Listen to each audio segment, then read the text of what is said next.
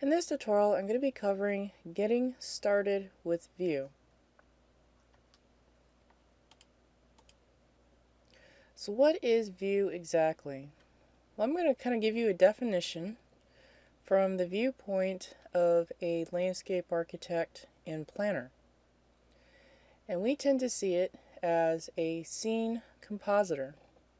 And what exactly is a scene compositor? Well, a scene compositor is where, let's just say for example, you're working in ESRI ArcInfo. You have performed an analysis and you wish to visualize that analysis in 3D so that you can show it to others.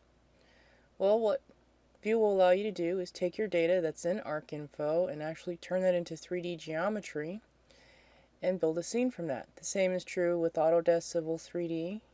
Say we're done creating our construction documents, or we've completed the design phase and we're ready to try to get basically client buy-in. So of course your client is not going to understand 2D contours in plan view, but if you can model out your terrain in 3D and actually do a fly-through and show them what that looks like, your design is going to be a lot more meaningful for them, and that's something that Vue will allow us to do. The same thing with SketchUp. We can model things up in SketchUp and bring it into Vue. We can also create things within Photoshop and bring those things into Vue. So after we compose things within Vue, what do we get? We get something that looks pretty similar to something like this. Of course, this is totally dependent upon the type of project that you're working on.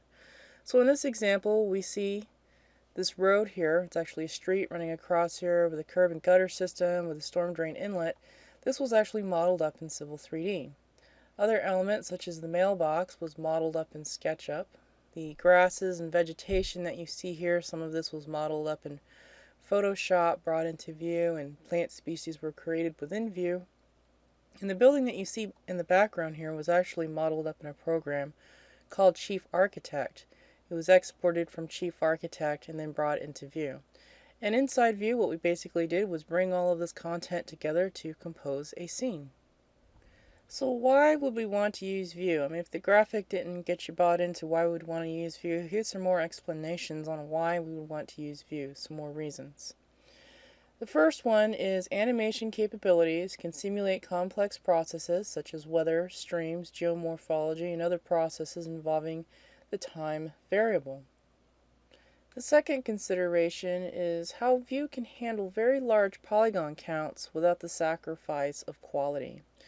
And this seems to be kind of like a major issue that most 3D modeling programs have.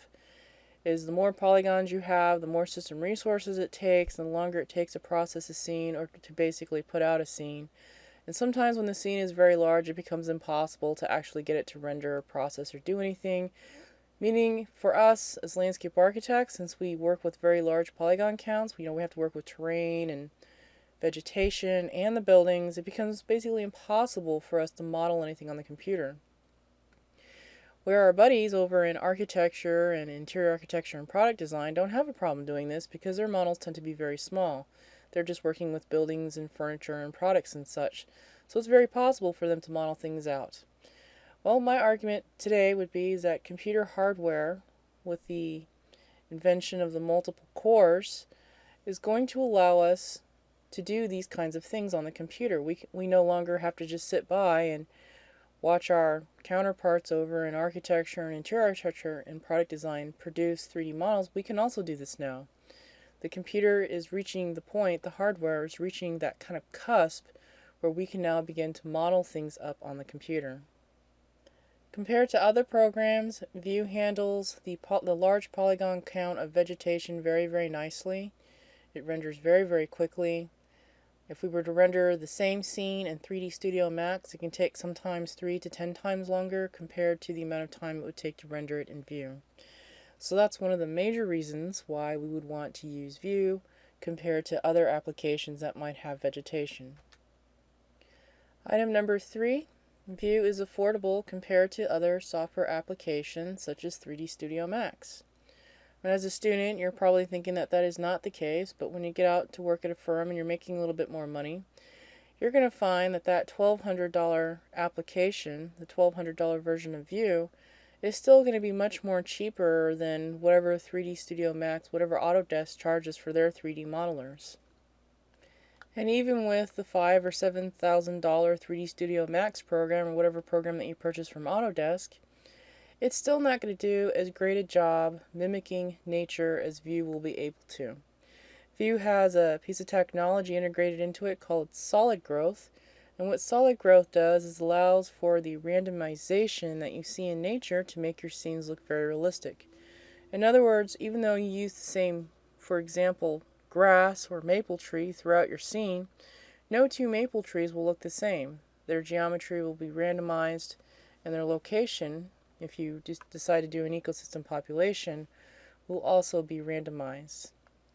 Item number 5, this is another huge reason why people are using Vue, is it renders very, very quickly, which can result in many design iterations. As I've mentioned before, many applications cannot handle the large polygon count, it uses a lot of system resources. Render time can take between 3 to 10 times longer in a program like 3D Studio Max compared to Vue. Vue will render things very, very quickly, and we don't sacrifice quality. These scenes look very, very realistic. You're thinking, well, if it's rendering very fast, and maybe the scene doesn't look as real as it could be. In fact, that's not the case at all. And item number 6, we live in a 3D world, and Vue allows you to design in a 3D world. So I'm going to give you kind of a small 45-second illustration of some of Vue's animation capabilities, and these are just some experiments that I just kind of ran over the summer.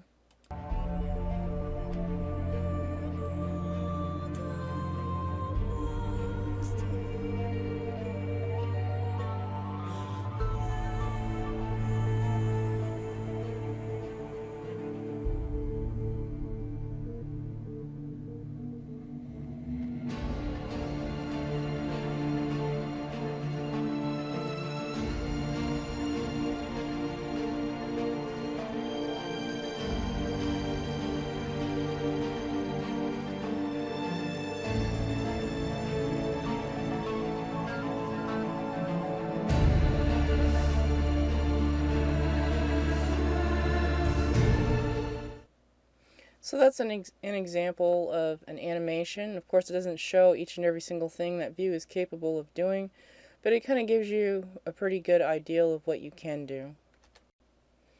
So why is not Vue widely adopted? Some of you are probably thinking, well, you know, the firm that I worked at, or I know so-and-so, and they work at a landscape firm, they're not using Vue. Why is it not used? Well, it is actually used, it's just not widely adopted yet. There are a lot of firms such as EDSA that are using Vue that we just don't hear about.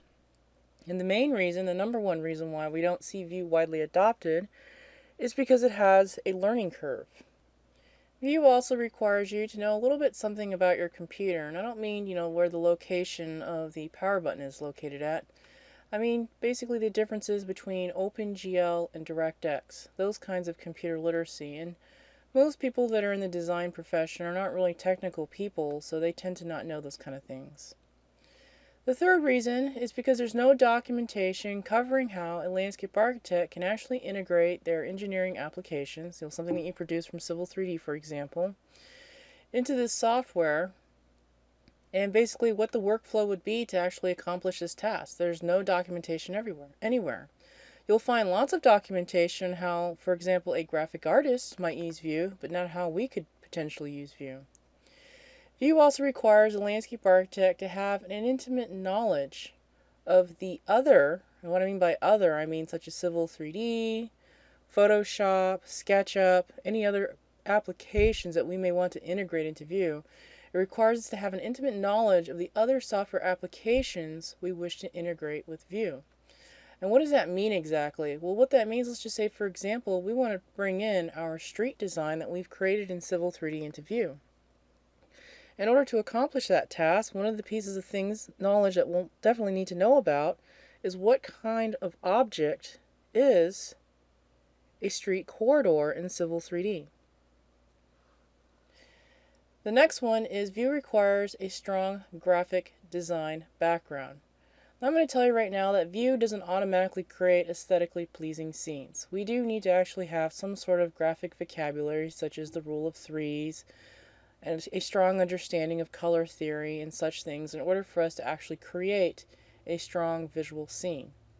And the last one, Vue requires a hacker's mentality. Now, what does that mean? I don't mean like breaking into somebody's computer system.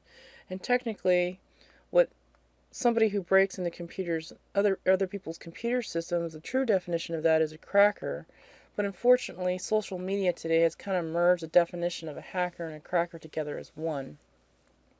The true definition of a hacker is someone who is very patient and very persistent and will continue to hack at a problem until they get results. And I'm sure many of you have heard the old saying, if you hack at it long enough, you'll eventually get something out of it. So what am I basically saying here? What I'm saying is Vue is going to require you to have a strong interest in its use. And you're going to have to be very patient because Vue is going to throw obstacles in your path. There is no documentation or anything on how to integrate Vue into your workflow, into the applications that you actually use. And what I'm trying to say is be persistent and be patient. By being persistent and patient, you will overcome these obstacles, you will get results. And ask for help. You can definitely send me an email and I'll do everything that I can to try to simulate the situation that you're trying to do and try to come up with a solution, or at least come close to a solution. And like I've mentioned before, not many landscape architects and planners are using this as part of their workflow. There is no documentation.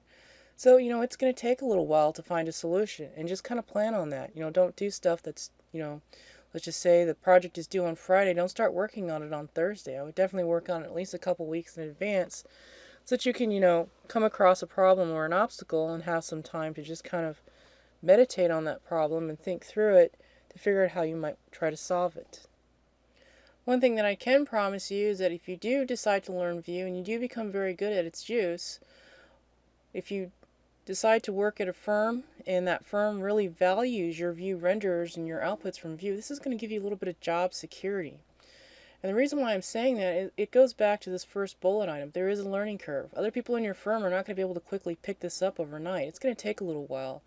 So this kind of ensures that, you have a job for a little while, because, if they have to start laying people off at your firm, they're going to say, well, we can't lay off John Doe because nobody else in the firm knows how to use Vue and create those great outputs. So that's one way that you can kind of think of this.